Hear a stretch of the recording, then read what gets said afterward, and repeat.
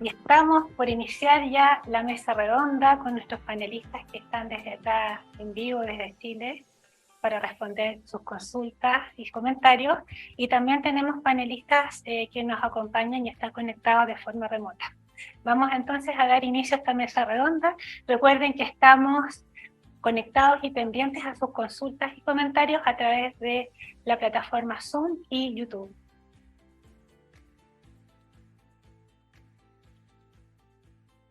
Y vamos a partir con nuestra anfitriona, la doctora Viviana Centeno. Doctora, el compromiso que se hace con el niño interior podría ser lo mismo que hacer una proyección en el que se visualiza caminando el resto de su vida con el niño interior de la mano. Hola, ¿cómo están? Es un gusto estar con todos ustedes, los que están presentes y los que están remotos, todos somos uno en este momento. Bueno, respecto a esa pregunta, yo les diría que no es lo mismo, porque eso es una proyección, o podría incluso ser parte de una progresión para el niño, pero tenemos que pensar que el adulto se tiene que ir integrando con el niño, o al revés, integrar ese fragmento de su alma que es el niño. Por lo tanto, el compromiso es a que nunca más esté solo el niño y que se van a encontrar periódicamente. Se supone que eso va a lograr que el niño, al integrarse, también crezca, integrando cualidades, talentos y características que había dejado bloqueadas en el momento. Y a la vez el adulto le está mostrando el futuro, pero lo ideal es que no sigan como dos, sino como uno. ¿Se entiende? Sí, maravillosa explicación, doctora. Muchas gracias. A ustedes.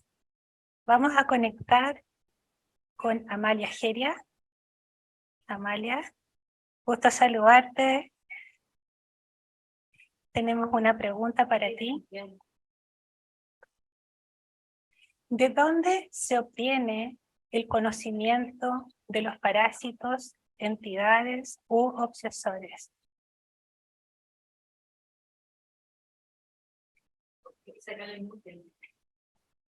Amalia, hay que abrir el micrófono, por favor. Disculpa.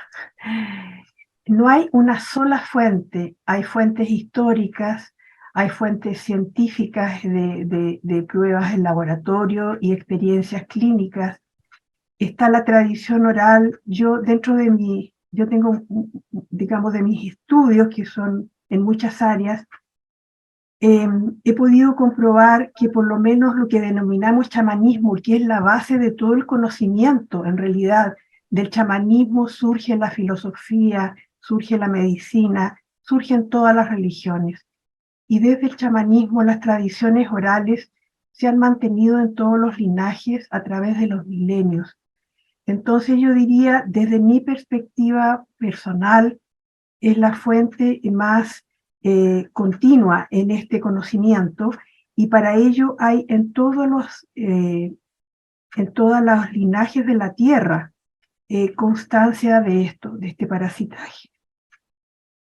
También están los textos o las tradiciones históricas, arqueológicas, antropológicas, lingüísticas. Algunas de ellas me referí muy brevemente porque no había más tiempo en mi ponencia, pero tenemos muchísimas fuentes.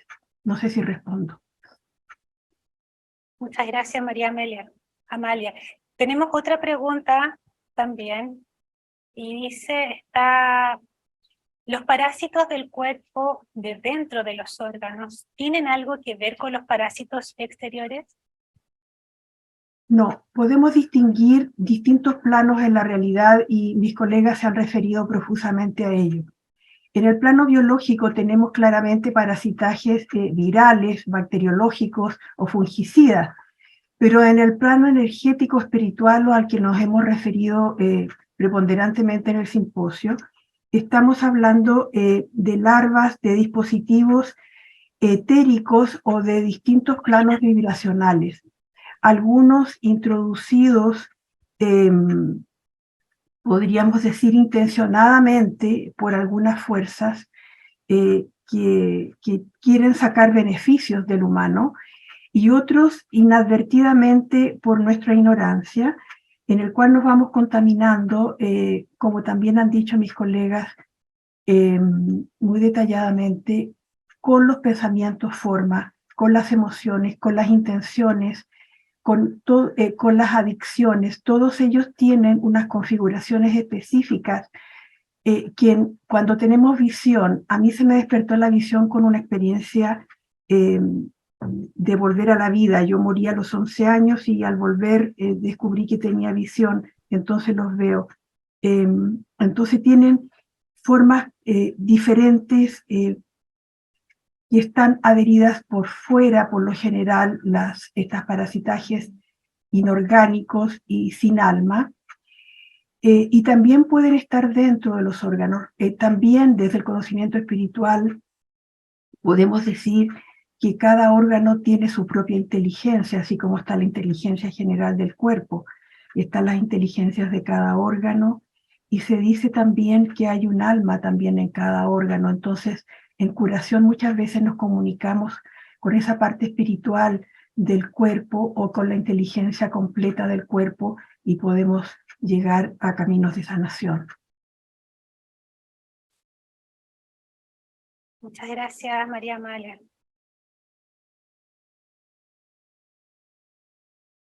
Bien, No sé vamos a seguir con nuestra panelista representante del norte de Chile, Corina Fernández. Le vamos a preguntar ¿cómo podemos identificar qué mandatos nos están bloqueando? ¿Se escucha? ¿Sí? Bueno, con los mandatos pasa lo siguiente. Están los mandatos que están detectados dentro de la terapia propiamente tal y los que nos rigen la vida diaria. Durante la terapia, al preguntarle al paciente, ¿cómo te afecta esto? ¿Qué te hace hacer? ¿Qué no te deja hacer? Identificamos los mandatos que están respecto al motivo que consultó. El fundamento de esto es que para el alma no existe la mentira. Porque en tu interior tú no mientes, tú le mientes a otro. En tu interior el alma no miente. Por lo tanto, si tú dices algo, el poder de tu palabra, el alma lo asume como una verdad. Y ese es el poder para lo positivo o lo negativo de un mandato. Orientado a mi tema de exposición, que es el tabaquismo, los mandatos son: el tabaco me consuela, me quita los nervios, me quita el hambre, me quita la ansiedad, me hace una mejor imagen, me ayuda a conseguir amigos. Esos son mandatos irreales. Por lo tanto, hay que desenmascararlos. Y durante la terapia, quitarles el poder que tienen esos mandatos y se identifican a través de la entrevista con el paciente. Eso les podría aportar. Gracias. Muchas gracias, Corina. Vamos a pedirle a la doctora Viviana Distri, que nos acompaña desde Italia. Tenemos una pregunta para ella. ¿Cómo podemos descubrir cuáles amuletos o prácticas resuenan más con cada uno? Bueno, gracias por la pregunta. Y eso es un poco conociéndonos a nosotros mismos, sabiendo quiénes somos, con qué resonamos, experimentando, conociendo, leyendo, como muy bien decía Amalia, hay fuentes, impresionante la cantidad de fuentes que hay, que encontramos en la literatura, la cantidad de abordajes terapéuticos que podemos encontrar, la cantidad de prácticas místicas de diversas orientaciones, y todas ellas son diversas porque en realidad es la expresión de la fragmentación en este mundo de la Bet, o sea, el mundo en el que nosotros vivimos es el mundo de los fragmentos. Del otro lado, en el mundo de la realidad del alma, hay unicidad. Entonces, cada uno de nosotros experimentando en este fragmento que somos, debemos encontrar, buscar aquello que nos resuena más, aquello que vibra más con este aspecto de la realidad que somos. Entonces, por ahí hay personas que le agrada mucho el chamanismo y pueden encontrar allí amuletos, actos rituales, fórmulas que les sean muy amigables. Hay otras personas que quizás les agrade más lo que es el conocimiento budista. Otras personas, como mencioné, puedan quizás resonar más con Saint Germain y sus enseñanzas. Yo, en lo personal, trabajo con la Cábala, entonces trabajo con los elementos que vienen de esta escuela mística. Pero es un poco conociéndonos a nosotros, sintiendo qué nos pasa cuando nos encontramos con una herramienta y si esto nos resuena, si esto nos hace sentir bien, nos parece coherente con lo que somos y no es como una actuación, una imposición, ¿no es cierto? Como digo yo, un acting frente a algo, bueno, eso podría ser que resuene con nosotros, ¿no? O sea, cuando no lo sentimos propio, quizás no sea la mejor opción, deberemos buscar un poco más. Pero opciones hay un montón, por suerte, es cuestión de buscar y encontrar. El que busca, encuentra, dicen. Así dicen. Gracias, Viviana. Vamos a seguir entonces con nuestro panelista presente acá, Francisco Herrera. ¿Alguna recomendación para pacientes anclados al sentido de pertenencia al clan y dolencias familiares de generaciones pasadas, unidas por el denominador en común del abuso sexual? Hola a todos. Gracias por la pregunta. La recomendación se puede resumir en 2 palabras, creo, o en una. Trabaja. Haz trabajo personal. Creo que tal vez sea el único camino, hacer trabajo personal. Y es muy importante cuando la persona ha detectado que está dentro de un clan donde hay este patrón, que tal como lo dice la pregunta, se sienta anclada a repetir este patrón. Es posible desanclarse, es posible liberarse. La terapia regresiva es una gran herramienta para eso. Puede que haya en otras, lo desconozco, pero sé que es posible al menos con la terapia regresiva, que puede ser un trabajo de tiempo, incluso de años, es probable. También es importante porque, como dije ayer, un miembro que se libere del desanclaje libera todo el clan. Deja de repetirse ese patrón a los descendientes. Entonces, no es solamente una responsabilidad con la misma persona, sino que es una responsabilidad con todo el clan. Ya que estoy hablando de responsabilidad, quiero mencionar algo que me llama mucho la atención, que lo descubrí hace un tiempo, el significado que me gusta dar a la palabra responsabilidad. Dividirlo en responder, habilidad. O sea, es la habilidad de responder a las situaciones que me enfrenta la vida. Y como cualquier habilidad se puede desarrollar. Entonces, ánimo, fuerza y fe, confianza, y nunca deje de trabajar. Aunque haya momentos difíciles, sientas que te detienes, continúa. Va a llegar un momento en que vas a sentir más alivio. Eso, espero que te pueda haberte ayudado. Muchas gracias, Francisco. La siguiente pregunta es para el doctor José Calderón. La TDP es como desnudar el alma frente a un profesional.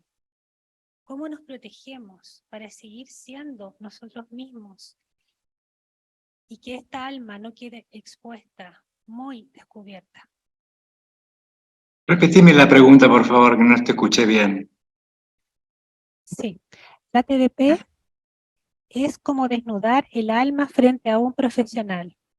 ¿Cómo nos protegemos para seguir siendo nosotros mismos y que esta alma no quede expuesta, muy descubierta? Estamos hablando como uno como terapeuta o un mismo paciente. No entiendo bien la pregunta. Como paciente. Bien. Bueno, la terapia regresiva, y bien como explicó Viviana hoy en el taller, de esto de cuidarnos a nosotros mismos y de poder protegernos, y de este intercambio de energía que ocurre cuando estamos frente a un paciente, nuestra propia energía, la energía del paciente, se entremezclan y ahí es donde empezamos como a crecer y a entender y a comprender lo que está sucediendo en ese momento. La exposición en terapia regresiva, de alguna manera, por lo menos de la escuela de José Luis Cabuli, es poder desnudar el alma, es poder expresarla, es poder sacar todo lo que quedó atrapado en esa experiencia no resuelta.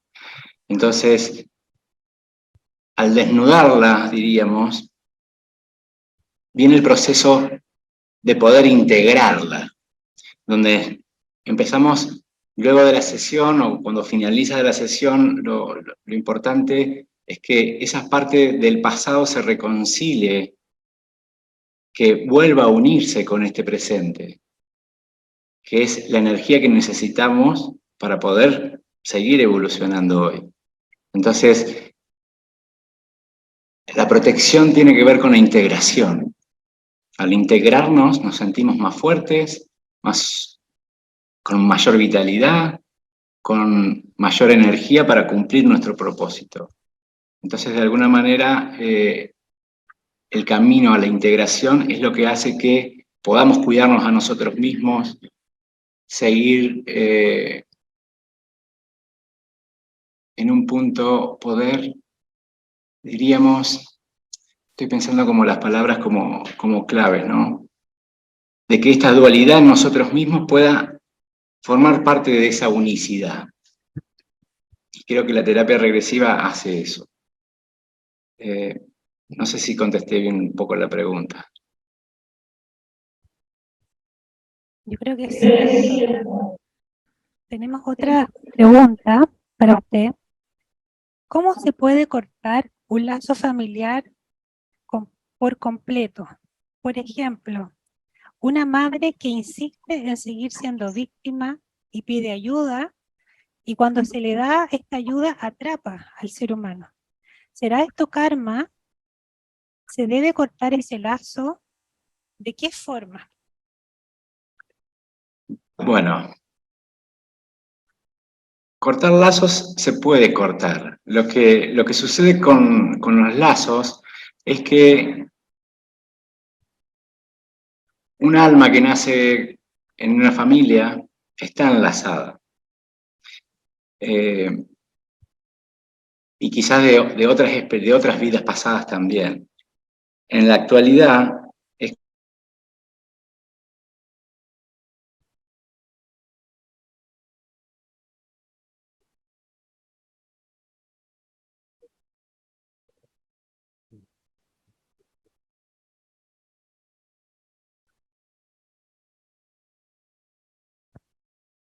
¿Perdimos el audio del doctor?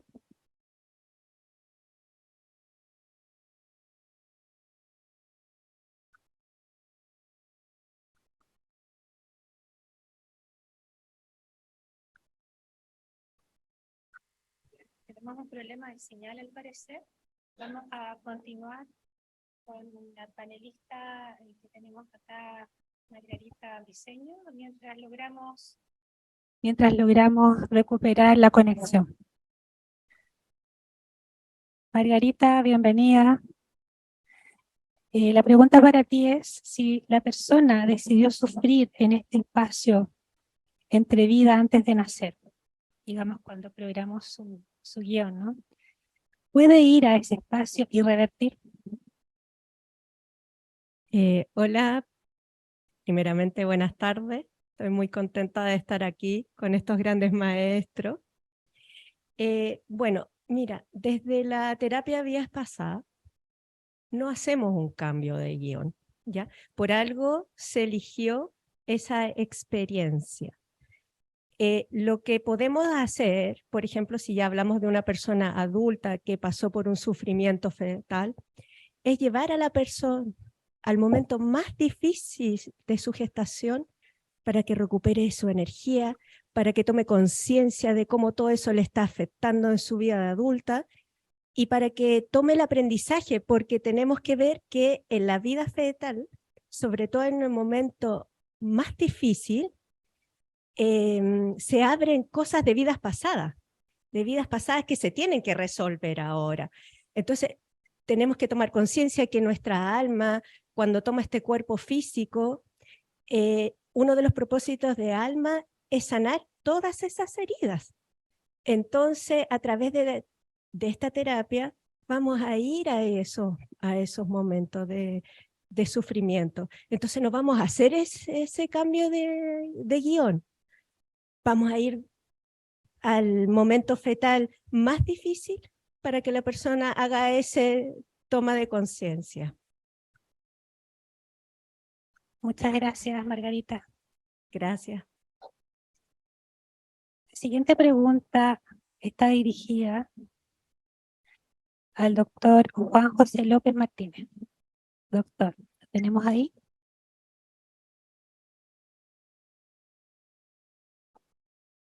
Doctor. Sí, sí, sí. Muy bien. En relación a la reflexión final,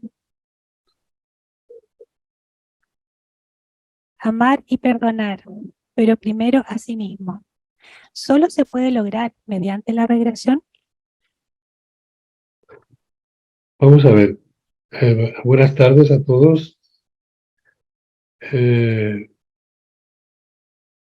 Con la regresión lo único que consigues es darte cuenta del potencial que tienes. Con la regresión lo que consigues, decía que eran 4 cosas, es ver quién eres, que eres un ser de luz encarnado en un cuerpo físico, y ver que tienes la capacidad de amar y de perdonar de forma infinita. Lo que pasa es que no lo recordamos. Y en cuarto lugar, como yo decía, es darte cuenta que la muerte no existe. Entonces, ¿se puede lograr con la regresión amar y perdonar? No. Lo que se consigue con la regresión es que tú te des cuenta quién eres y que tienes la capacidad de hacerlo. Es decir, no podemos ir entregando nuestro poder ni al médico, ni al sanador, ni al terapeuta. El poder está en nosotros. Y esto es lo que tenemos que tener, tomar conciencia. Y la terapia regresiva te va a ayudar a tomar conciencia de que el poder está en ti. Y de que tú eres capaz de perdonar. Y de que tú eres capaz de amar. Pero, como dije antes, la condición indispensable y no negociable es que primero lo tienes que hacer contigo. Si no logras perdonarte y amarte a ti mismo, difícilmente vas a poder amar y perdonar a nadie. Pero es un trabajo tuyo. No te lo regala la regresión. La experiencia en regresión lo único que te hace es que tomes conciencia de quién eres y de lo que eres capaz de hacer.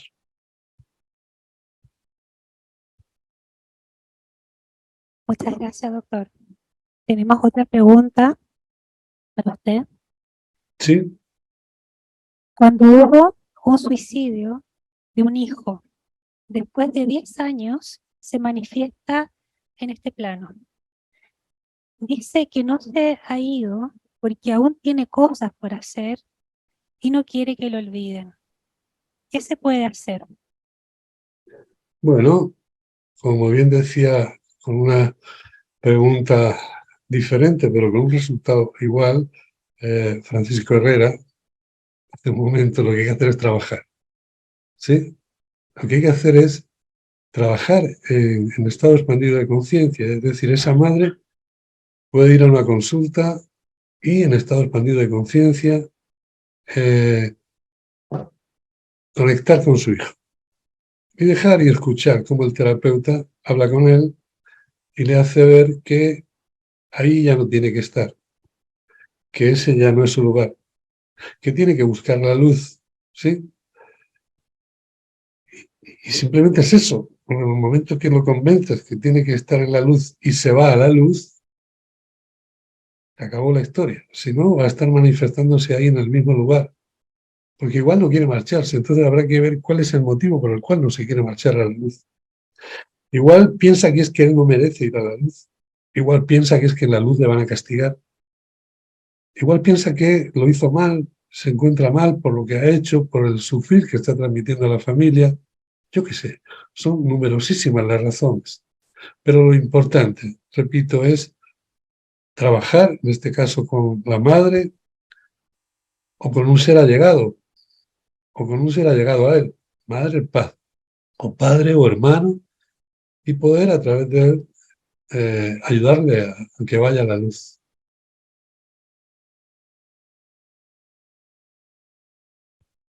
Muchas gracias, doctor. Gracias. Creo que hemos recuperado la conexión con el doctor José Calderón.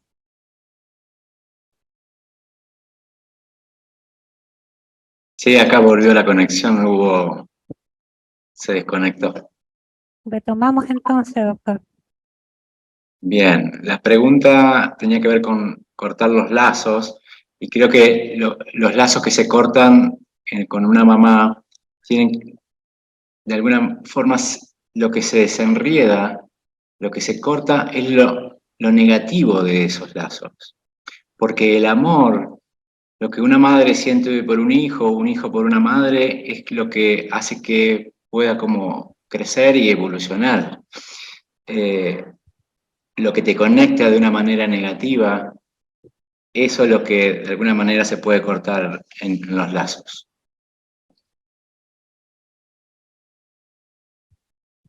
Muchas gracias. Vamos a continuar con nuestro presidente de HTV, el doctor Roberto Brito.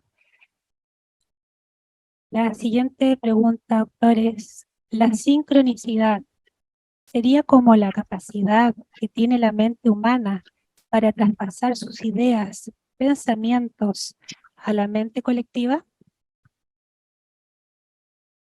Buena pregunta. Quisiera tener una buena respuesta. Y a ver, yo les recuerdo cuando partí mi ponencia que dije que yo no era físico cuántico. Y también les puse que la frase de Richard Feynman que decía que si uno cree que entendió mecánica cuántica, quiere decir que no entendió nada. Bueno, Feynman está descrito como mitad bufón, mitad genio. Y yo creo que es una gran virtud de una persona tener un buen sentido del humor y tener genialidad. En lo personal tengo muy buen sentido del humor. Así que por lo menos ya tengo la mitad del camino hecho. Respecto a la sincronía, según la teoría de sincronicidad, se supone que el inconsciente colectivo o la conciencia universal va guiando un camino que hace que las coincidencias sean más que coincidencias, sino que sean señales y que sean captadas a través de la intuición. Sin embargo, la conciencia colectiva o la conciencia universal se nutre de las experiencias del alma de las personas en los diferentes momentos. O sea, hay una comunicación bidireccional. La conciencia trascendente de las personas, que cuando encarna a través del alma y vive la experiencia física en este plano y vive sufrimientos, vive penas, vive alegría, todo este conocimiento se traspasa a la conciencia universal. Entonces, finalmente, a través de eso, la sincronía nos vuelve. Entonces, no se puede hablar de que sea solamente de la experiencia mental, ni sentimental, ni del alma personal sobre el inconsciente colectivo, sino que es una comunicación bidireccional. Y respecto a eso, quiero hacer una analogía. Es que me estoy escuchando a mí mismo, entonces, en mi voz interior. Ahí sí, me saqué el audífono. Cuando uno habla de conciencia universal, podemos dar un ejemplo que es más terrenal. Si pensamos en un nogal, un árbol grande, el árbol grande emite muchas nueces, nacen muchas nueces. Cada una de esas nueces probablemente no tiene conciencia de que hay una nuez al lado de ella, solo tiene su conciencia propia. Y cada una distinta de la otra. Entonces podemos decir el árbol, el nogal, es la conciencia universal. Las nueces son las almas distintas. Sin embargo, no nos olvidemos que cada una de estas nueces es capaz de dar como semilla un nuevo nogal. Quiere decir que en cada nuez está toda la conciencia universal. Espero que eso más o menos haya aclarado un poco la película. Porque les confieso que para mí no está tan clara. Muchas gracias, Roberto. Doctora Viviana Centeno. En los sueños en los que nos vemos en vidas pasadas, si realmente es una regresión, y si es así, en el sueño no llegamos a morir y por lo tanto no cerramos el ciclo de esa vida. Lo que ocurre es que cuando aparecen sueños de vidas pasadas, lo más probable es que esté emergiendo una experiencia de vida pasada que necesita ser trabajada en el presente. Es imposible que uno trabaje consigo mismo, ni en sueños ni despierta, en forma terapéutica.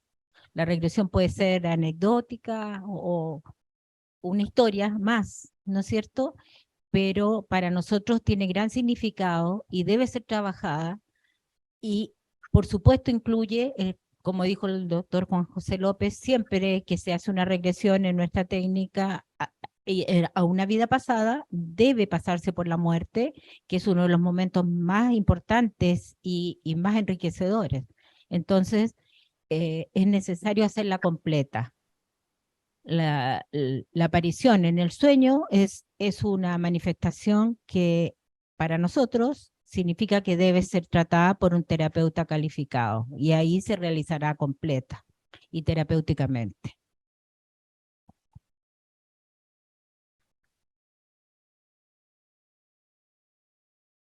Muchas gracias, doctora. Tenemos una pregunta para Ana María Geria. ¿Una persona puede tener más de un tipo de parásito energético adosado a sí mismo? Y si puede profundizar en la forma de protegerse a través de algún mantra, oración, símbolo o piedra energética.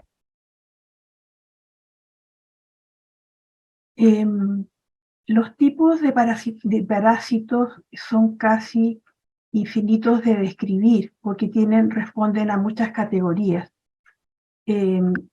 Yo los divido esquemáticamente como una forma de comprensión fácil en externos e internos, o transitorios y permanentes también. Y los externos ya nos hemos referido, digamos, que pueden ser estas larvas, pueden ser estas formas que responden a muchas cosas, y también del mismo modo inorgánicamente, internamente podemos tener dispositivos de control, tenemos poder que también responden a muchas formas.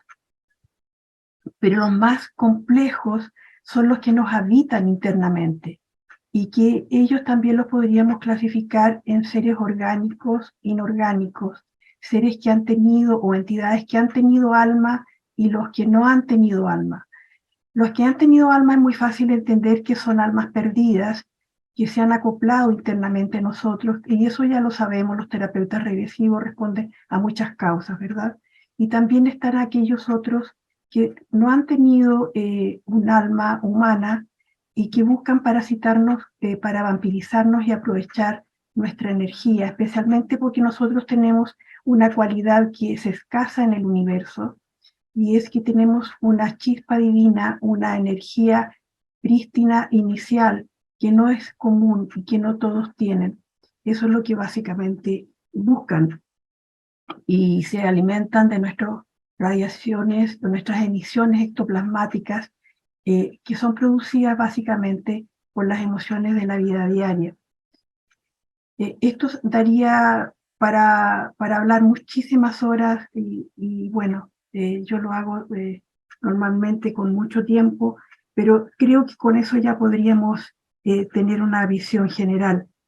Ahora, desde la perspectiva de las protecciones, que sería tal vez lo más beneficioso para efectos de este simposio, tal como ha referido Viviana, Francisco, las dos Vivianas, Viviana Bistrich y nuestra Viviana Centeno, y Francisco, en fin, todos prácticamente. Lo primero, diría yo, la primera protección, trabajo personal, de elevar nuestra vibración. Eso es lo primero y constante, permanente hasta el día que desencarnemos. Yo diría lo segundo, sellar nuestros cuerpos energéticos, y esto es muy fácil, y lo podemos hacer todos sin ningún conocimiento. Lo podemos hacer mentalmente, imaginándonos que nos envolvemos en un capullo, idealmente de un color azul radiante, impenetrable, y pensamos que lo es. O hacemos incluso el gesto, llevando las manos hacia arriba y dibujando este campo energético protegido mientras lo decimos. Lo tercero, mandatos verbales. Podemos decir, la voz tiene un gran poder, el sonido es creador. Por eso la importancia de nuestro lenguaje. Yo tuve gran interés en el tema del lenguaje y bueno, no me voy a extender en eso. Pero créanme que es así, la Biblia, que es el texto sagrado más conocido en Occidente, lo señala: en el principio era el verbo. Lo que decimos crea. Entonces los mandatos verbales, algo muy simple, está prohibido, está estrictamente prohibido tomar mi energía y hacer experimentos conmigo, hacer experimentos con mi familia, tomar la energía de mi familia. Lo cuarto, alguien preguntó en algún minuto si se puede, el cerrar el ombligo tiene importancia. Tiene gran importancia, porque resulta que el plexo solar, el ombligo está cercano, el plexo está cercano al ombligo, y es un verdadero periscopio que se abre y por donde entran energías de todo tipo y por donde salen también. Hay unos ejercicios muy fáciles de limpieza emocional en el cual vaciamos el plexo solar emitiendo un sonido ¡guau! Muy fuerte, y que eso limpia inmediatamente la emocionalidad que está en el cuerpo físico y en los cuerpos emocionales. Cerrarlo puede también ser muy fácil con el mudra de la totalidad, juntar todos los deditos y dibujar el signo del infinito en torno al ombligo. En la práctica terapéutica también, los que tenemos conocimientos de otros tipos, se aconseja colocar un hilo o una banda roja que también lo selle, lo cierre, de manera que no ingresen por allí algunas otras cosas, pero hay otros canales también por los cuales pueden ingresar. Tal vez una quinta sugerencia es colocar, abrir este espacio sagrado que de alguna manera enuncié muy brevemente cuando presenté mi ponencia, y que esto yo lo tomé con gran admiración y con gran regocijo de mi corazón, estudiando el linaje chamánico de Mozambique, las tribus africanas en general. Siempre que ellos arreglan incluso un problema matrimonial, de pareja o de relación de amistad entre las personas o lo que sea, abren espacios sagrados. Y para eso ellos hacen un acto muy simple, que es prender una vela y colocar un vaso de agua intencionando aquello. Y esto lo podemos ampliar, como dije yo, en la práctica clínica, invocando las ayudas espirituales de los seres de luz de las 4 direcciones y conectándonos con la tierra y con el cielo. Y lo último tal vez es sugerir y pedir e invocar ayudas externas, y esto dependerá de la cosmovisión de cada uno, ¿verdad? Podemos invocar ángeles, arcángeles, dioses, divinidades específicos que nos acompañan, e incluso los animales de poder que se ha ido generalizando este conocimiento y que todos tenemos y no sabemos, y que están allí para nuestra disposición, nos protegen de una manera muy eficiente cuando tenemos conciencia de ello y tomamos un contacto directo. Yo diría, con esas 7 sugerencias ya hay una batería más práctica que podemos proteger. Muchas gracias. Vamos a ir con una pregunta para Francisco Herrera. ¿Qué pasa si un paciente cree que fue abusado y en la regresión no logra ver la experiencia? Gracias por la pregunta. Puede deberse a varias razones. Yo siempre digo que cada paciente único, cada experiencia única. Puede ser que realmente nunca fue abusado, es una posibilidad. Puede ser que tenga tanto miedo de recordar la experiencia que no acceda a la experiencia propia. Habría que trabajar con esa persona, ahondar un poco cuáles son las causas que le hace pensar que fue abusado alguna vez. Ahí el terapeuta puede ir detectando los posibles caminos, las posibles vías de acceder a esa memoria, o qué hacer en el fondo. No puedo dar una respuesta general, porque eso no existe. Lo general que podría decir en este caso es que la persona que está en esa posición se conecta a su corazón. Ahí están todas las respuestas siempre. El alma se comunica a través del corazón, de las emociones. Y tal vez hay que entrenarse un poco en eso. Cómo es la comunicación que tenemos a través de las emociones con el alma. Hay escuela, ahora no puedo, me excedería de esta instancia a hablar de eso. Eso, espero haber orientado a la persona que hizo esa pregunta. Gracias. Gracias, Francisco. Tenemos otra pregunta para ti. Vamos a aprovechar. En la terapia, con una clienta, resultó que la acompañaba el alma perdida de una ancestra que había sido abusada. Resolvimos la experiencia y ayudamos a ir a la luz. La consultante quedó satisfecha y remitió el síntoma que presentaba relacionado con la sospecha de haber sido abusada. Mi pregunta es que si no trabajamos un abuso propio, sino el de una ancestra, ¿también hemos liberado al clan? Familiarmente, como dato, familiarmente el tema del abuso está presente en varias mujeres. Gracias por la pregunta. El tiempo va a responder.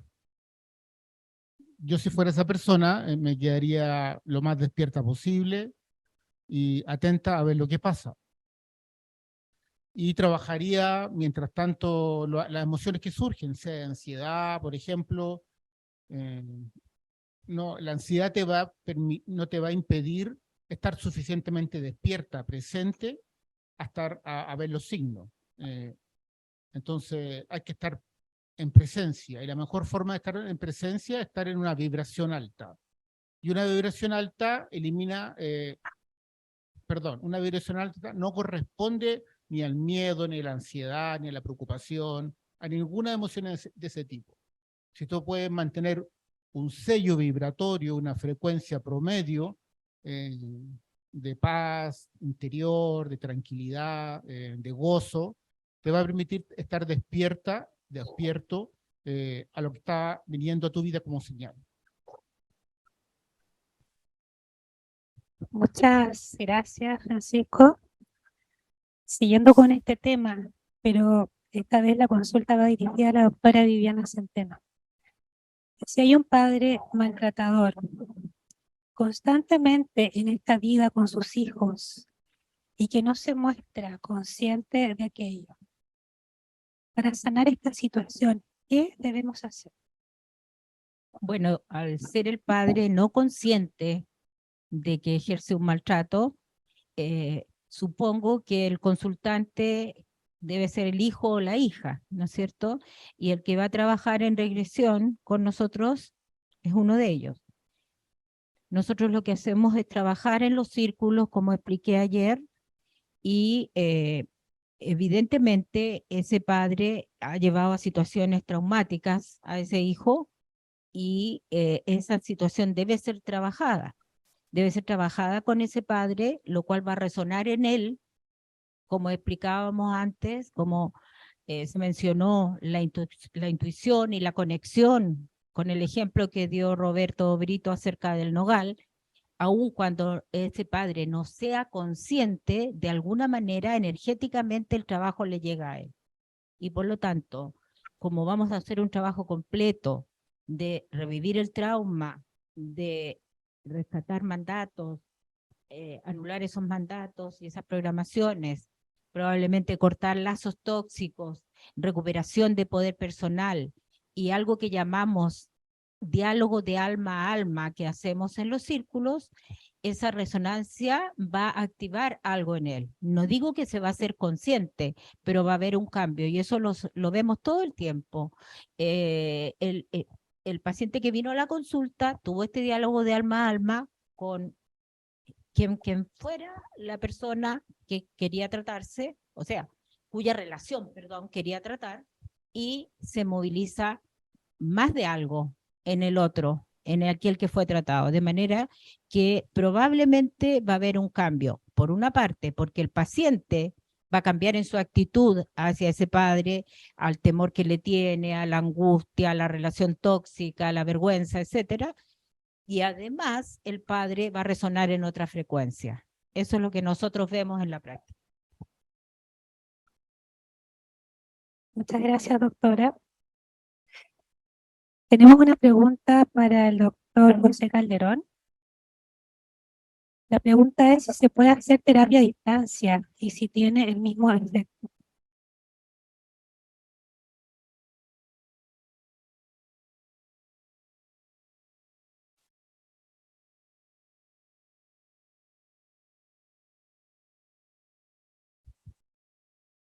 Doctor, ¿podría encender el micrófono? Ahí está. Ahí sí. Ahí está. Sí, se puede realizar una sesión a distancia y creo que en estos últimos 2 años, en la pandemia, es lo que más se ha podido como desarrollar y el efecto con la práctica, o sea, por lo menos en la mía, es el mismo que en una presencial. Se puede realizar, se ha desarrollado, bueno, en la pandemia, en este contexto virtual, donde por supuesto que las cuestiones técnicas son importantes para poder realizarla, pero sí se puede realizar tranquilamente de vía virtual, online.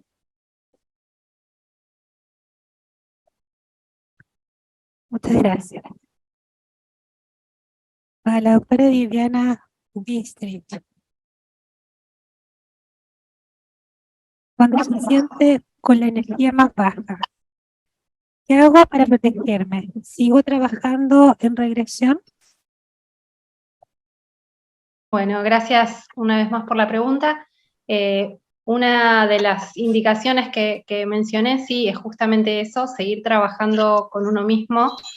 ¿Qué parte mía falta, que me falta la energía? Puede ser una falta de parte de alma, ¿sí? Una fragmentación en algún punto de mi historia, y es esa parte que está pidiendo a gritos a través de este síntoma, que es falta de energía, por favor rescátame. Entonces, esta es una posibilidad, ¿no? Seguir trabajando para poder, digamos, armar este gran rompecabezas que somos, ¿no? Si nosotros pensamos en las piezas de un gran rompecabezas, como imaginándolos lo que es nuestra alma, con estas piezas quizás desperdigadas a lo largo de diferentes puntos del universo, para poder conocernos y para poder estar integrados y para poder mostrar el esplendor de lo que somos, ese rompecabezas debe estar armado. Ahí vamos a poder encontrar, conectarnos con nuestro poder verdadero, pero solo cuando estamos integrados. Entonces, una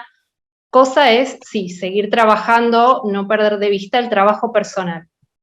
Por otro lado, en el mientras tanto, uno necesita, ¿no es cierto?, recuperar para poder seguir, porque a veces necesitamos un respiro, necesitamos un salvavidas, algo que nos saque a flote, aunque sea por un ratito, y nos deje tomar esa bocanada de aire y continuar. En ese caso, bueno, podríamos cargarnos con la energía del sol, hacer ejercicios de pranayama, que es reconectarnos, ¿no?, y con la energía del cosmos a través de la respiración. estar atentos, como mencioné, a nuestra alimentación, a nuestro descanso, poder estar, digamos, lo más atentos posibles a en qué puntos gastamos y desgastamos quizás nuestra energía. A veces es en la rumiación mental, a veces es que pasamos quizás muchas horas, estoy poniendo un ejemplo nada más, pero podemos quizás estar muchas horas frente a la televisión viendo noticias de terror, que son las noticias permanentes que tenemos, que nos ofrecen las noticias, y esto ciertamente baja muchísimo nuestra energía, nuestro campo vibracional se ve disminuido en todo sentido, y esto, el efecto a nivel emocional y mental, ciertamente nos hace desvitalizar. Entonces, bueno, algunas de estas cosas tendríamos que empezar a tener en cuenta como para poder hacer y revitalizarnos, ¿no es cierto? Son algunas perlitas como para, obviamente que esto también amerita, ¿no? Quizás una charla un poco más extensa. Espero haber respondido con eso a la demanda. Muchas gracias. La siguiente pregunta va dirigida a María Amalia. ¿Los parásitos pueden provocar cáncer? En mi práctica clínica yo he visto que pueden provocar todo, incluso la muerte. A mi consulta ha llegado gente en que casi arrastrándose, casi sin poder caminar, y diciéndome: he recorrido tal camino de búsqueda de ayuda y necesitan especialistas, en fin, y lo único que quiero es matarme. Y muchos no logran llegar a la ayuda y lo hacen de la desesperación.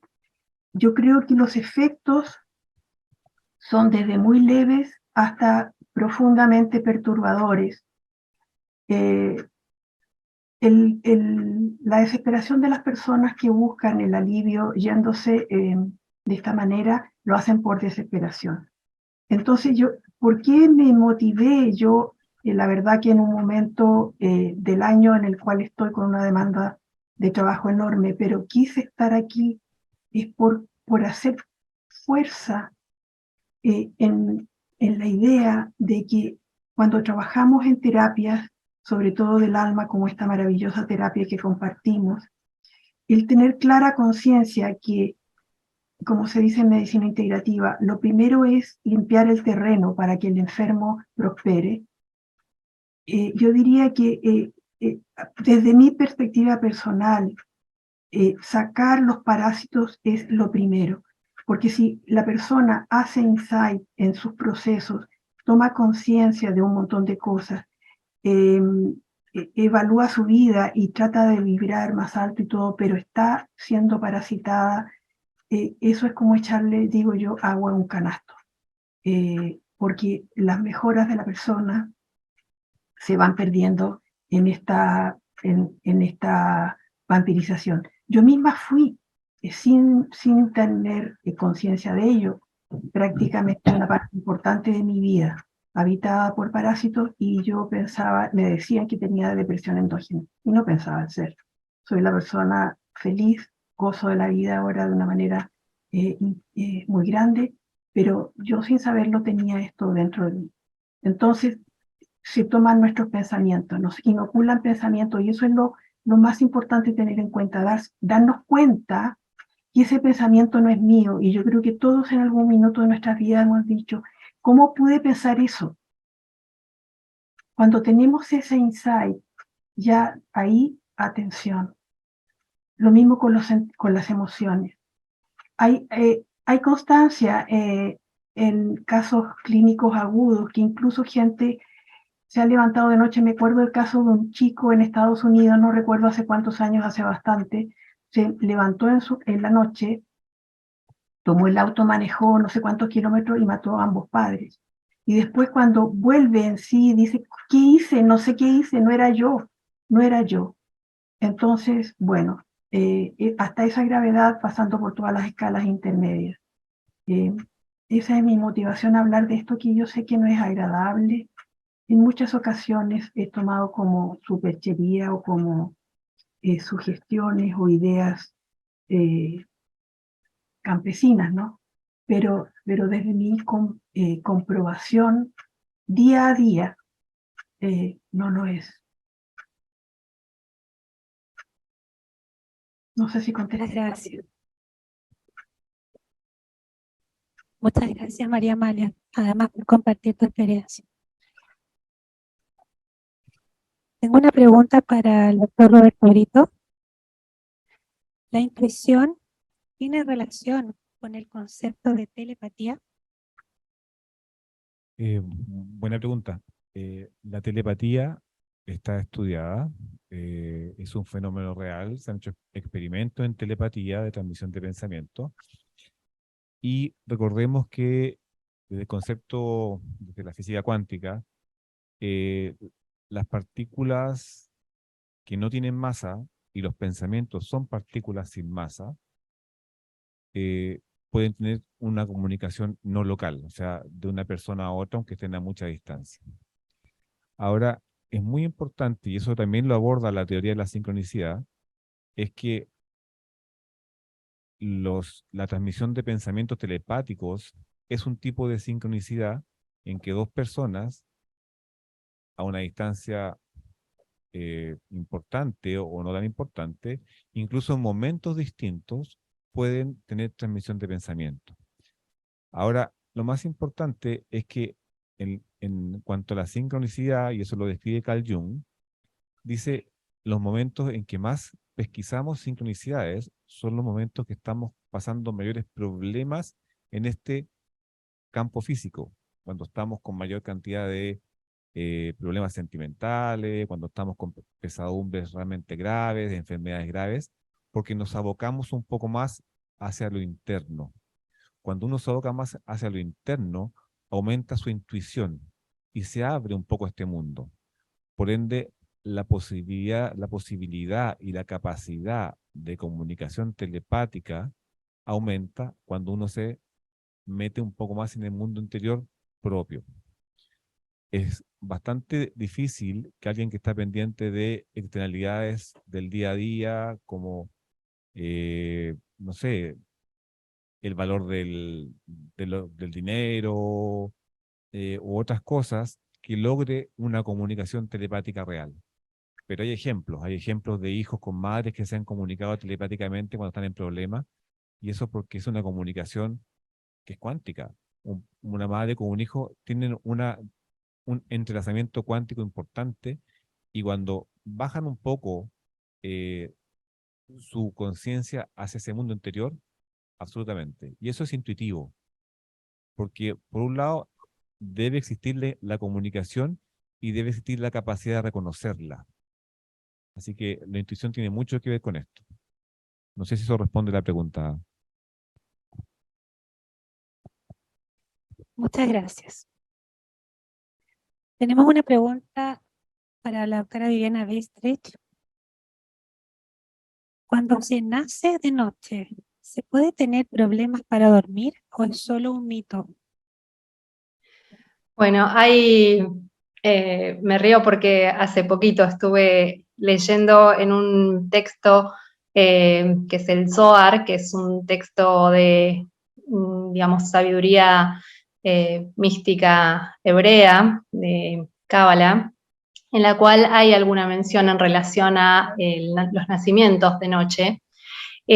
Lo cierto es que no está mencionado esta relación, ¿no? Si hay una mayor probabilidad de sufrir insomnio, ¿no es cierto? Esto un poco me imagino que hacen la pregunta en relación a nuestro trabajo de investigación que hemos presentado. Habría que investigar, habría que trabajar ese caso particular, ese caso clínico, y ver qué lleva al alma, digamos, a nacer en esas horas, depende también el horario. Ahí, yéndome un poquito de la pregunta, pero para luego volver, ahí, como parte del conocimiento místico, se dice que el horario de las 3 de la mañana, y esto es bien conocido, es el horario del Satán, ¿no? El Satán mal entendido como el mal. en realidad es un ángel que cumple la función de traer luz. Por lo tanto, en el momento más oscuro de la noche hay una necesidad de traer luz, ¿no es cierto? Entonces, hay algo ahí, hay una información particular que se da en esa constelación astrológica, en el momento, en el horario, en el lugar de nacimiento, que tiene que ver con el trabajo que venimos a hacer esta vida. Entonces, quizás sería interesante que la persona pueda hacer una regresión al momento de ese nacimiento, en este caso sea nocturno, pero bueno, puede extenderse esto a cualquier otro tipo de nacimiento y ver qué hay allí en relación a la labor que trae a esta vida. Y si esto está en relación con el hecho de sufrir insomnio, si es este caso en particular, ¿no? Lo cierto es que durante los 10 pacientes, a través del estudio que hicimos, ¿no? Con estos 10 pacientes, no hemos visto una relación directa en relación al horario de nacimiento y la patología en sí misma, que es este trastorno de insomnio que nosotros investigamos. Eso no lo hemos visto o no lo hemos podido evidenciar, por lo menos en esta escasa muestra, ¿sí? Habría que ampliar a nuestro N, o sea, el número de pacientes incluidos, como para poder sacar conclusiones al respecto. Sí, en este caso en particular, me parece que sería interesante poder hacer una regresión a su nacimiento y revisar si eso está en relación o no con el sufrir insomnio. Muchas gracias. La siguiente pregunta es para el doctor José Calderón. ¿Cuál es el motivo por el que con algún terapeuta de regresión el paciente ve imágenes con los ojos cerrados y con otro terapeuta no se perciben estas imágenes con los ojos cerrados, sino que con otro tipo de sensaciones?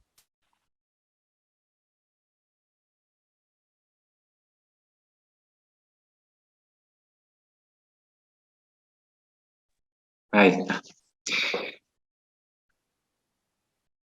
Es, de alguna... las sensaciones, por supuesto que van variando de terapeuta en terapeuta. Y que tiene que ver con este intercambio de energía que ocurre en la sesión misma. Cuando uno dice no puedo ver imágenes, ahí uno podría como ayudar al paciente a que todo lo que diga, que todo lo que exprese, lo exprese desde los ojos del alma. Entonces no es importante si aparece o no aparece en la imagen, sino que aparezca el síntoma para poder trabajar en la regresión. Y puede que con algunos terapeutas uno pueda sentir y otro pueda ver, otro pueda pensar. Tiene que ver quizás con esta afinidad, con este intercambio de energía y con la empatía que uno genera con el terapeuta.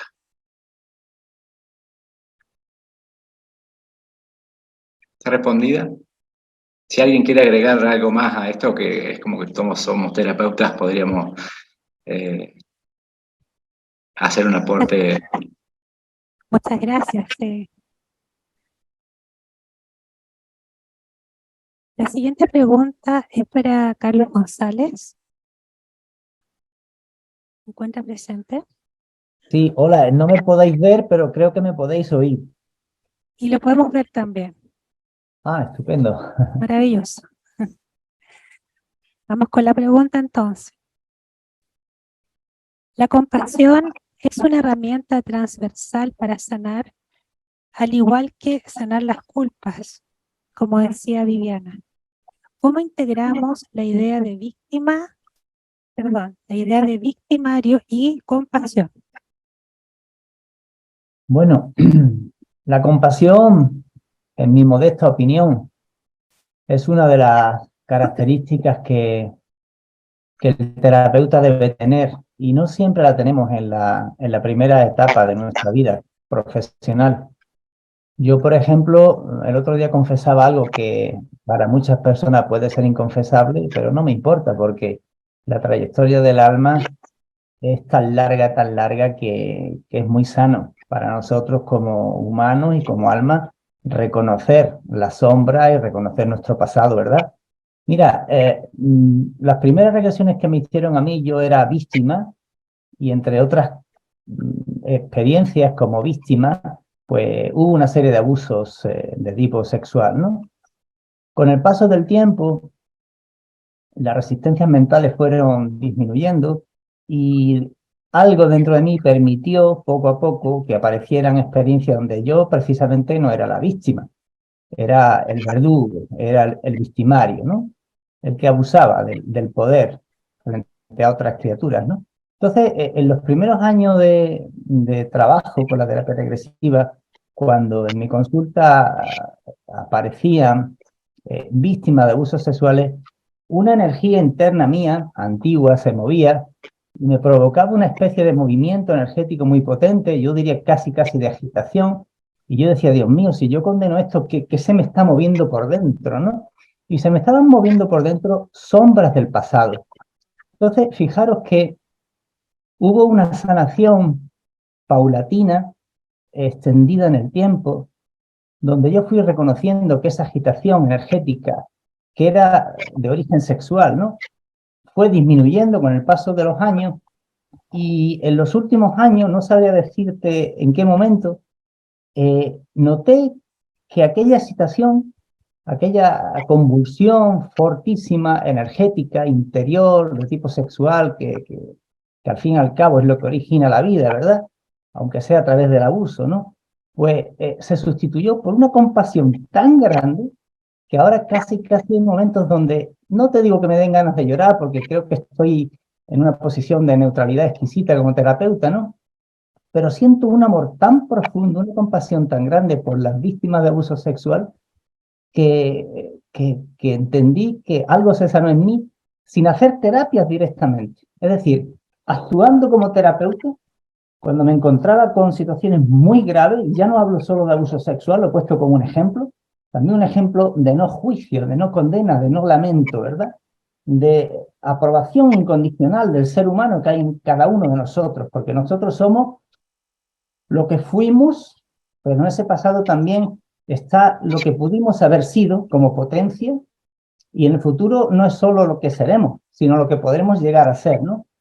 Entonces, cuando un alma tiene un encuentro en ese espacio de sanación con otra alma, y ese encuentro de verdad es neutro, es respetuoso, salta la chispa del espíritu y se produce la sanación. Y la sanación es el reconocimiento de que como almas todos tenemos un recorrido tan grande, yo diría casi infinito, que la aceptación incondicional del proceso del otro, a través de ese amor incondicional, por tanto compasión, es fundamental en el trabajo del terapeuta, ¿no? Así que, bueno, pues yo pasé de no conocer mi sombra a conocerla, a aceptarla, a no condenarme, a aprobarme, a animarme y a desarrollar esa compasión que creo que sinceramente pues tengo hoy día. Muchas gracias por la respuesta y por compartir la experiencia. A vosotros. Tengo una pregunta para el doctor Juan José López respecto de su experiencia con pacientes moribundos. Saber si ha observado que el morir bien o tranquilo tiene relación con un buen vivir y al revés también. Bueno, el morir bien, entiendo la pregunta, gracias por la pregunta. Morir bien si tiene relación con el vivir bien. Así es, y viceversa. Sí, y viceversa, muy bien. Yo creo que es independiente. La forma de vivir que tú tengas, sí, no te va a condicionar a la forma de morir que vayas a tener. Es decir, en el momento de la muerte es como poner un lazo al paquete. En el momento de revivir la muerte es el último momento de vida. Y como tal, lo que tienes que estar ahí presente es en lo que está pasando y tener conciencia de que te estás muriendo. Cuando se tiene conciencia de que te estás muriendo, es mucho más difícil que hagas el tránsito y te quedes sin, o sea, no te des cuenta que has perdido el cuerpo. Porque si tienes conciencia de que estás muriendo, la conciencia que está en contacto directo con la conciencia, ¿sí? Por eso yo decía en la ponencia que lo ideal es tener conciencia y conciencia en el momento de morir. ¿Eso que lleva implícito? Lleva implícito el buen morir, ¿qué podríamos definir por el buen morir? El buen morir es morir consciente. El buen morir es morir consciente. ¿Eso quiere decir que el que no muere consciente no tiene un buen morir? No, no quiere decir eso, porque todo eso tiene solución. Me estoy refiriendo concretamente al tema de la sedación. El tema de la sedación, muy en boga últimamente. ¿Se debe sedar a un enfermo o no se debe sedar a un enfermo? Yo como médico creo que sí, si hace falta hacerlo. Pero también como médico opino que para sedar a alguien lo que hay que hacer es contar con el permiso de ese alguien, con la autorización de ese ser humano, de ese paciente. Y tener muy presente que en el momento que lo sedas, le anulas la consciencia y le anulas el consciente, porque está dormido. Con lo cual, si lo sedamos, tenemos que tomar la responsabilidad de hablarle constantemente a partir de ese momento. De hablarle y contarle lo que está pasando. Y de hablarle y transmitirle sí, que la muerte está llegando. Y sobre todo en el momento culminante cuando la muerte llega. Y decirle, te acabas de quedar sin cuerpo físico. Tu cuerpo ya no te sirve. ¿Qué es lo que yo estoy haciendo hablándole así a ese enfermo? Estoy haciendo la función que su conciencia ya no puede hacer porque está dormida. ¿Para qué? Para que tome conciencia de que se ha quedado sin cuerpo. Y así poder separarse con más facilidad del cuerpo, hacer una muerte dulce, una muerte buena y poder enfocarse cuanto antes a la luz. Pero repito, para mí, el bien morir es morir consciente y habiendo perdonado y pidiendo perdón por lo que tuvieras que hacer. Tanto pedir perdón como perdonar.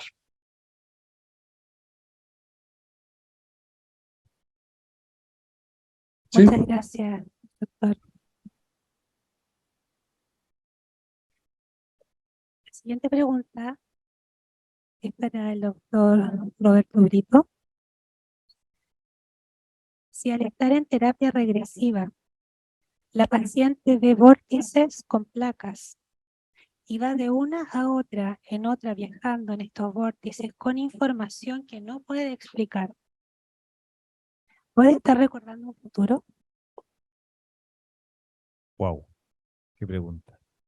En todo caso, es una buena pregunta porque me tocó en una regresión una paciente que vivió algo muy parecido a eso.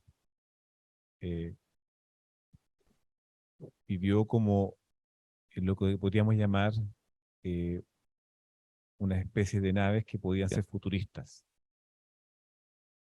Y efectivamente sí podría estar viendo el futuro, pero también pudiera ser que su alma le está mostrando imágenes futuristas asociadas a hechos puntuales del pasado. Recordemos que a ese nivel el tiempo no existe y se pueden mezclar imágenes. En el caso puntual de la paciente que a mí me tocó, si bien las primeras imágenes fueron imágenes como en especies de bolas de acero que flotaban, que en ese momento ella interpretó como eso, finalmente de ahí da un salto hacia un cerro y del cerro una caída que había sido en el futuro, o sea, perdón, en el pasado. Entonces, efectivamente, puede haber una mezcla de imágenes. Y la verdad, en esa regresión no pudimos dilucidar, no pudo la paciente dilucidar si había sido una imagen de futuro. Lo que sí le quedó claro, que por algún motivo, y probablemente a través de esa imagen, ella aparece en la punta de ese cerro que no se hubiera podido subir de otra forma.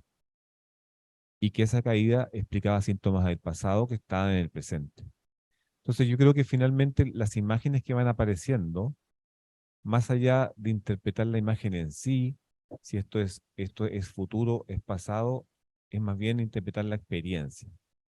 Porque finalmente la experiencia que puede estar viviendo en cualquier tiempo, según nuestro tiempo, según el aquí y ahora, según la línea de tiempo espacio-temporal que nosotros conocemos, finalmente la experiencia es lo que nos va dejando. Así que sí, puede ser, pero más que pensar que es una imagen futurista y sacar de ahí esa conclusión, es la experiencia en sí. Y eso es lo que hemos aprendido en terapia de vida pasada. Muchas gracias. Una pregunta para Carlos González. ¿Se puede hacer una progresión a una vida futura y continuar una relación o vínculo que en esta vida quedó inconclusa? Ahora, gracias. Decía que yo normalmente no suelo hacer regresiones en mi trabajo cotidiano. Es cierto que en algunas ocasiones han aparecido experiencias que claramente no correspondían al pasado, ¿no? Y podrían interpretarse como vida futura, incluso con situaciones, como decía Roberto, ¿no? Situaciones que aparentemente pues, no corresponden a la civilización que tenemos, con una tecnología mucho más avanzada, con una serie de imágenes que no nos cuadran en nuestra cabeza, y bueno, pues podría concebirse como una vida futura, ¿no? Yo hasta donde alcanzo a ver, cuando salen situaciones como esta, me acuerdo del asunto de la autoprofecía cumplida, ¿no? Entonces, cuando la conciencia de un ser humano se le inculca de alguna manera algún tipo de posibilidad que le condicione, hay muchas posibilidades de que eso termine convirtiéndose en una realidad para esa alma, ¿no? Yo pienso que aquí tenemos que tener muchísimo cuidado, los terapeutas, no porque eso no tuviera que pasar, ¿no? Sino para no condicionar nosotros la posible experiencia del futuro que se plasma en esa sesión, ¿no? Me ha ocurrido en unas pocas ocasiones, no son muchas, pero sí suficientes, como para tener la conciencia de la gran precaución que como terapeuta debo tener cuando el paciente me dice si eso le va a ocurrir, ¿no? Entonces, desde esa óptica y teniendo en cuenta que con lo que se ha expuesto aquí en este simposio, con lo que sabemos por el alma, ¿no? Que es una, digamos, es una vivencia totalmente atemporal, ¿no? Donde pasado, presente y futuro se conciben desde los ojos del alma como algo no lineal, ¿no? Entonces, probablemente, desde una cierta óptica, sabemos muy poco, porque es posible que una vida pasada, la vida presente y la vida futura sean la misma vida, sean distintos, tampoco es la palabra correcta, distintos momentos o distintas dimensiones de una única y exclusiva vida del alma en la que lo único que va cambiando es la forma aparente, ¿no? Porque la forma del alma pues está ahí como una permanencia, ¿no? Aunque sea cambiante.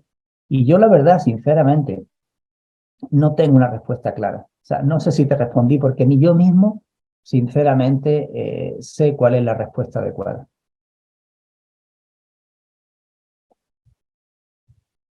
Muchas gracias. De nada. Sin duda las preguntas nos abren hacia el conocimiento. Tengo una pregunta para Corina. ¿Recomendaría difundir que la disfunción eréctil es un problema que sería recomendable trabajar en TDP? Yo solamente tengo 3 casos con distintas motivaciones. La que expuse, una situación que es común, o por lo menos era común antiguamente, que también llama mucho la atención, que era la iniciación de la vida sexual de un joven adolescente en un prostíbulo, y que para él también fue muy traumatizante. Y la tercera causa de disfunción fue una broma que le hicieron unos amigos al llevar una mujer indigente y en estado de ebriedad y encerrar a este jovencito de 12 años en una habitación con ella. Exponiendo esos motivos o origen del trauma, claro que sí, claro que lo recomiendo. Hacer consciente lo inconsciente es la base de esta terapia. No es la solución definitiva, pero es una terapia complementaria. Una vez que tienes el origen, puedes tratarlo, además con psicoterapia, además con apoyo religioso, otras terapias alternativas, trabajar, como dijeron los colegas, y con eso conseguir tu autosanación. Pero es inevitable ir a buscar el origen del motivo de la consulta, y para eso 100% recomendable la terapia, porque en los 3 casos esta información estaba bloqueada de los recuerdos del paciente. Eso es lo que puedo aportar. Muchas gracias, Corina. Vamos a una pregunta para el doctor Juan José López. Con la legalización de la eutanasia en algunos países, con ella se trunca una parte de la experiencia necesaria para el crecimiento y aprendizaje. He entendido la pregunta, muchas gracias por ella. Entiendo que a partir de aprobar la eutanasia como ley en algunos países, sí se acorta o se puede acortar. Vamos a ver. El que acorta voluntariamente su vida es el suicida. Si yo me realizo la eutanasia a mí mismo, pues lo acorto. El que acorta voluntariamente su vida es el que pide que me hagan la eutanasia. No te lo haces tú, pero te lo hace otro. Pero tú eres el que decides acortar la experiencia. Miren, hay una cosa clara, y es que venimos para marcharnos, venimos a esta encarnación para marcharnos, y nos tenemos que marchar justo en el momento que nos tenemos que marchar. Ni un minuto antes. Parece ser que todo el que se precipita o precipita el fin de su vida está condenado, bueno, en el mejor sentido de la palabra condenado, está obligado a repetir la experiencia y vivir de nuevo la misma experiencia hasta que la supere. Esto es como cuando vas, no sé, a la carrera, a la universidad y te matriculas y no apruebas las asignaturas, pues tienes que repetir curso.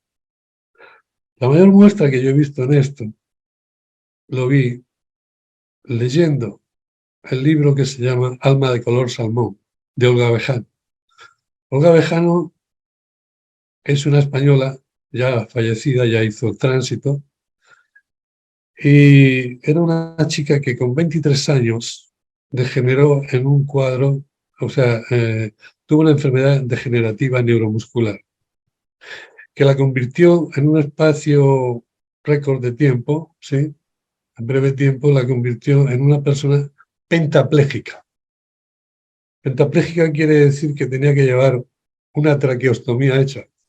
y estar conectada directamente a un ventilador, a un respirador. Y que hasta tal punto que cuando recibía una visita, como lo único que le funcionaba era el cerebro, pues su madre o su enfermera le levantaban el párpado para que pudiera ver quién era la persona que la visitaba. Si ustedes entran en internet y ponen Olga Bejarano, ella ya falleció, como he dicho, pues se van a impresionar un poquito con la imagen, porque era una niña guapa, ¿sí? Era una periodista, pero cuando pone su nombre en internet, lo que sale es la imagen suya en la silla de ruedas.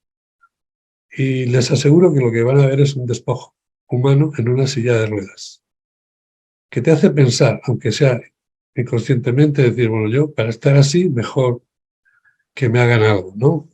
O mejor que me peguen un tiro.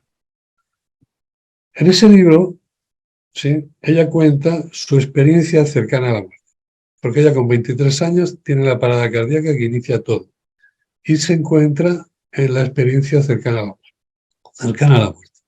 Como consecuencia de esa experiencia cercana a la muerte, desarrolla una serie de cualidades, como le pasa a la gran mayoría de los que tienen una ECM, y una de ellas será un contacto directo con el otro plano, con el plano espiritual.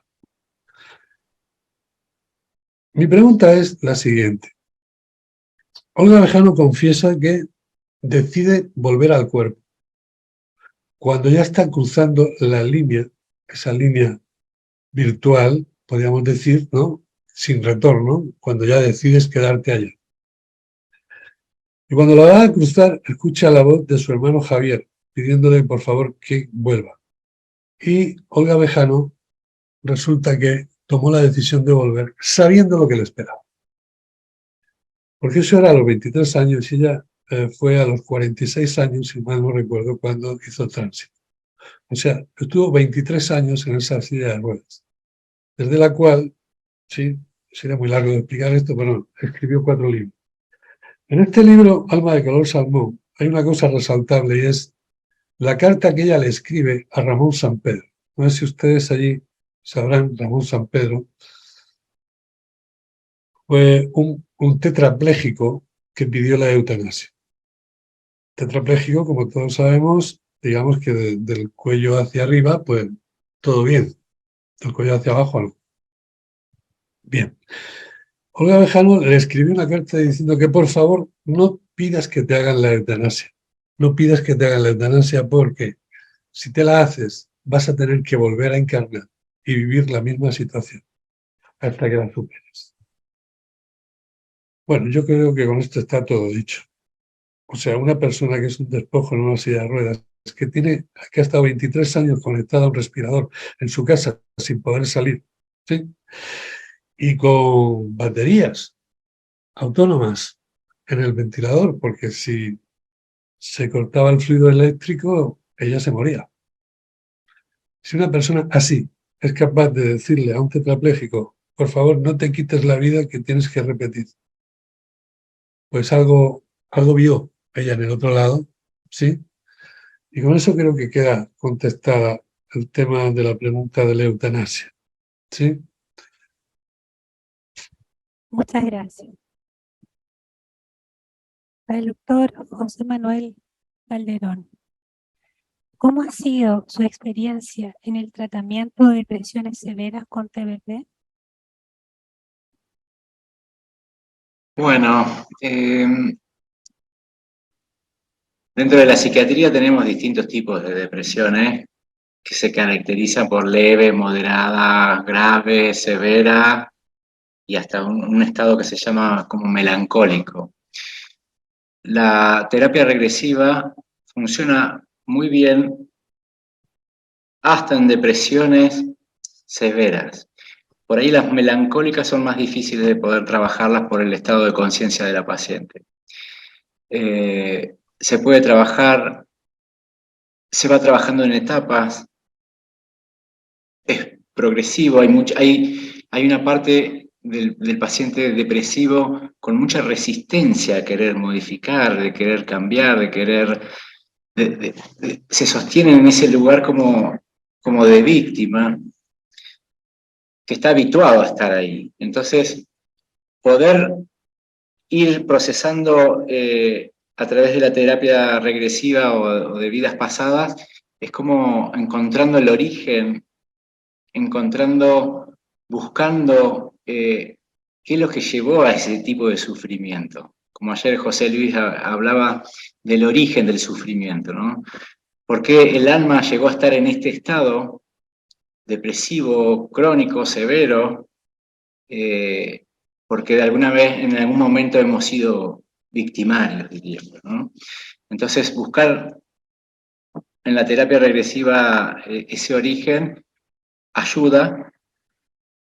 Trabajo con pacientes depresivos, quizás no con tanta severidad, porque por ahí es como necesitan como un poco de ayuda con medicación también, para paliar un poco los síntomas tan autodestructivos, que a su vez es como que hay un punto que contradice ahí la terapia de regresión, es como que la medicación tapa el síntoma, y acá nosotros trabajamos con el síntoma.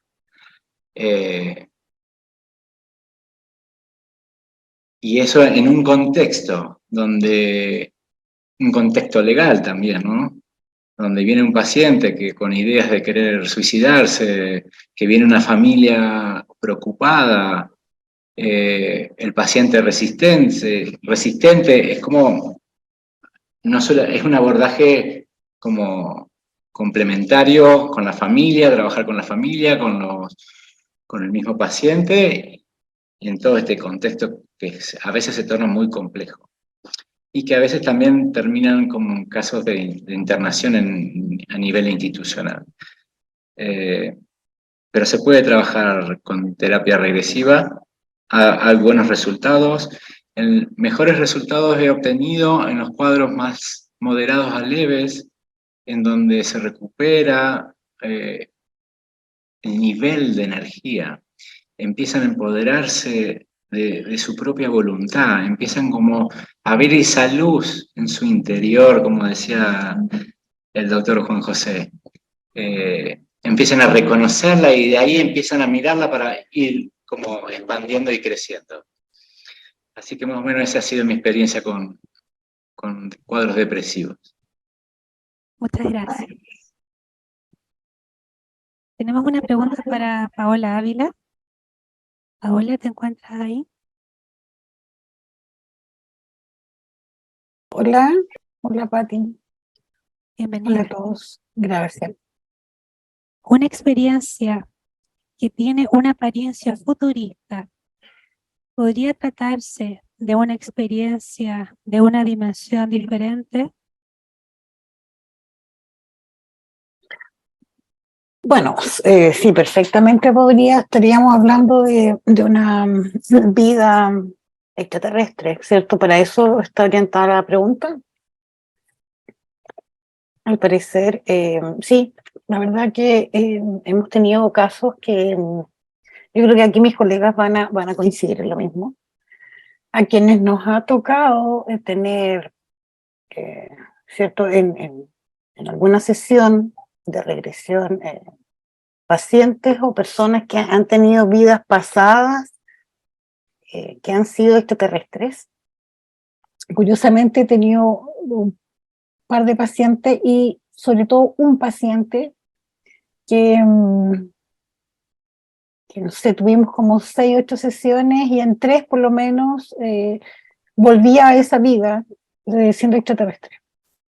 Entonces sí, evidentemente que se puede dar. Cada experiencia es muy diferente una a la otra y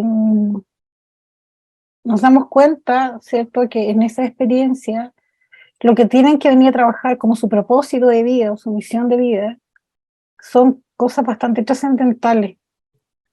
Ahora bien, vuelvo a insistir que cada persona es única, ¿cierto? Sus experiencias son únicas, por ende sus motivaciones también son únicas. Entonces, espero haber contestado a la pregunta.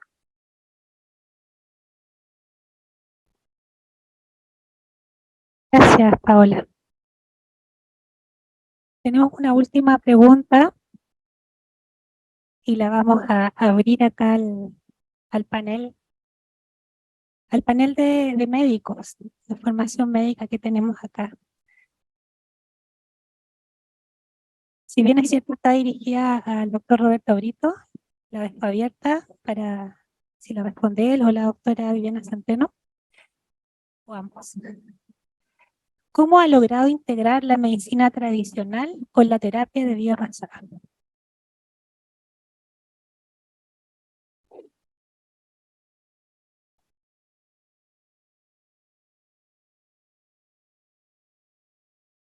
Bueno, creo que eso se dio en forma muy natural.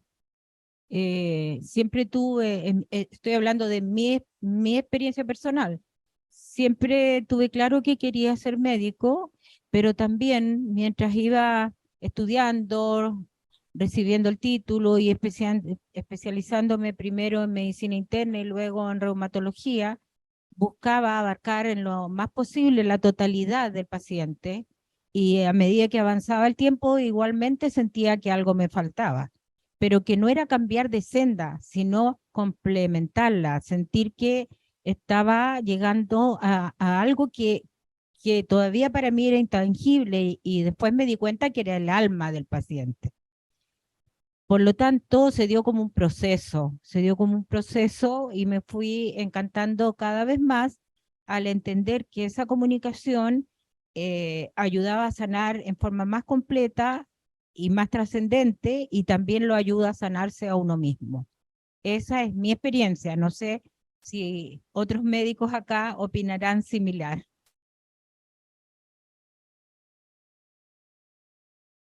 A ver, obviamente comparto la experiencia de Viviana.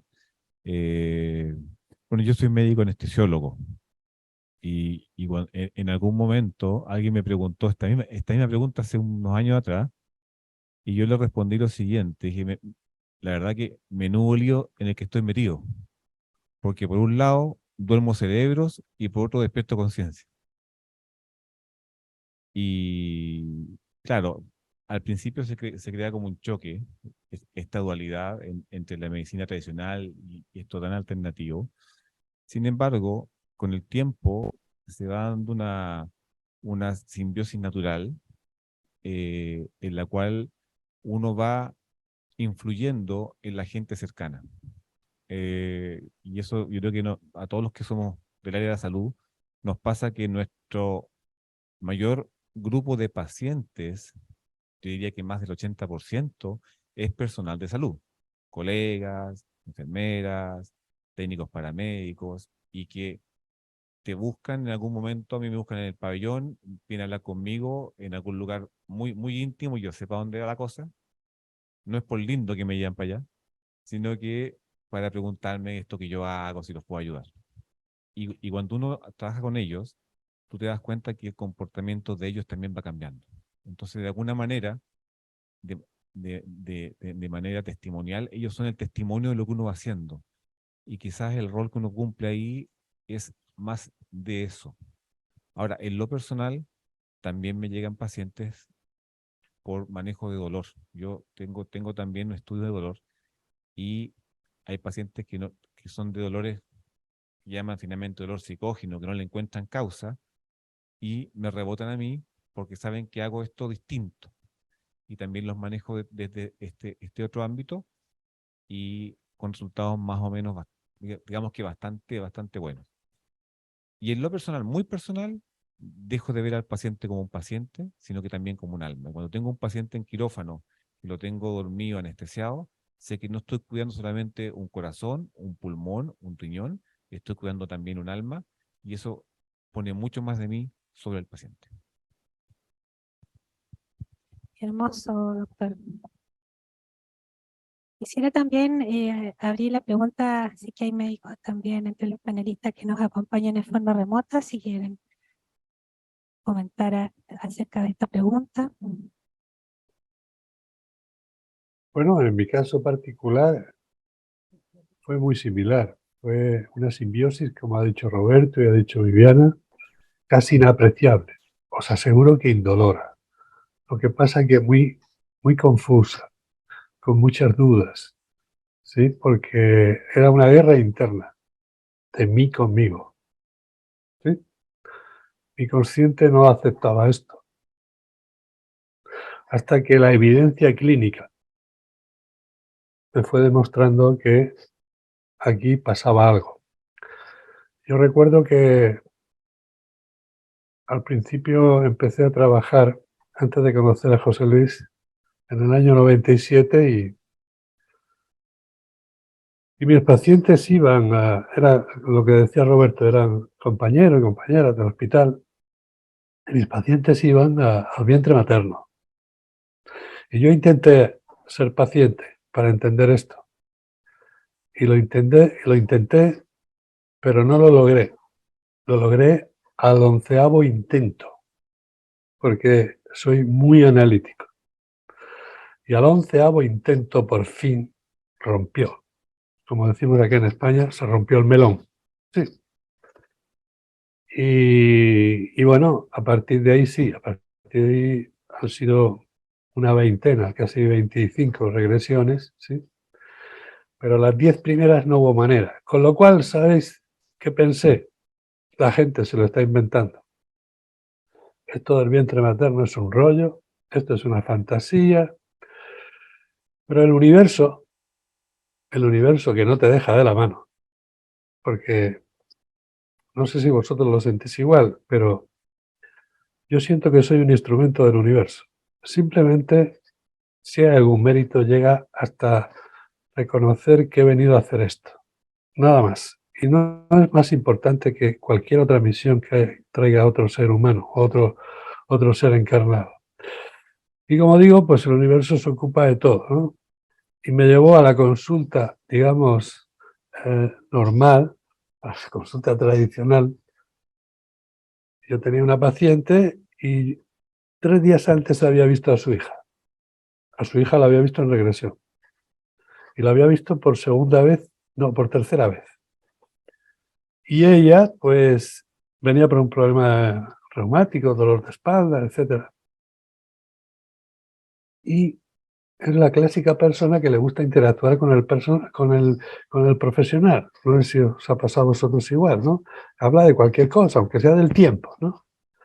Cuando le estoy escribiendo el tratamiento, resulta que ella me dice: por cierto, doctor, hay que ver lo bien que está nuestra hija con esa terapia rara que usted le hace.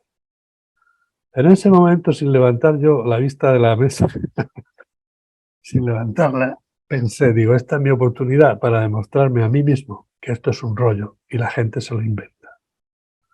Con lo cual, lo que hice fue, como digo, sin levantar la vista, como hacía 3 días había tenido la experiencia con la hija y la recordaba perfectamente, el vientre materno, en concreto era el vientre materno, pues le dije, bueno, oye, tú cuando te quedaste embarazada pasó esto, después el médico te dijo esto, tú fuiste a casa, subiste, era una casa sin ascensor, le dijiste a tu marido, papá, estoy embarazada, él te agarró de la cabeza, en fin, le expliqué todo, todo es todo.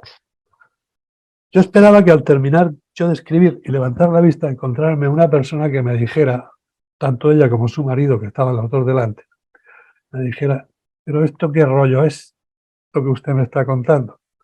Pero para mi sorpresa me encontré una persona con los ojos bien abiertos, tanto ella como su marido, y dirigiéndose a mí me dijo, ¿y usted cómo sabe todo esto? Con lo cual tuve que cambiar el chip rápidamente y decirle, pues mira, lo sé porque es gracias a la terapia rara que le hago a tu hija, ella me lo ha contado. Y ahí retomé el camino otra vez, ¿sí? Y bueno, con esto quiero deciros que ha sido un camino de dudas y sigue siendo un camino de dudas. Lógicamente, las dudas que ahora tengo no tienen nada que ver con las que tuve, ¿sí? Pero me pasa lo que al alma, la duda, que está en su eterno presente, evolucionando, pero en su eterno presente. Y la sigo teniendo, pero yo, si queréis que os diga algo como terapeuta, para mí, ahora que la conozco un poquito, la terapia es Esta terapia es la más fácil que me he tropezado en mi vida. Cualquier duda te la resuelve el paciente. Tú tienes duda como terapeuta, pero no tengas duda, preguntarle al paciente. En esto es opuesta a la medicina alopática. ¿Sí? La medicina alopática, las dudas las tiene el paciente y en teoría se las resuelve el médico. Aquí no. Aquí si la duda tú la tienes, se lo preguntas al paciente. Le puedes decir, oye, ¿esto que me estás contando, qué es? ¿Una vida pasada o es tu vida actual? Por ejemplo, ya sales de la duda. Por eso digo que para mí ha sido pues un regalo del cielo poder descubrir a qué he venido, qué es lo que he venido a hacer. Me encuentro feliz haciéndolo. Ya, doctor. Y un regalo para todos nosotros también, las palabras de cada uno de ustedes. Y voy a dejar entonces, para dar término a este seminario, a la doctora Viviana Centeno, a nuestra anfitriona. Bien, quiero agradecer realmente desde el alma por esta felicidad de haber podido realizar este simposio y estar conectada con todos ustedes. Quiero, en primer lugar, dar las gracias a nuestros maestros que están aquí en este momento en la mesa redonda por su generosidad, por su entrega, por sus testimonios que van iluminando el camino de tantos. Muchas gracias. Y también a aquellos maestros que estuvieron a lo largo de estos días, aunque no hayan estado presentes en esta mesa redonda por distintos motivos.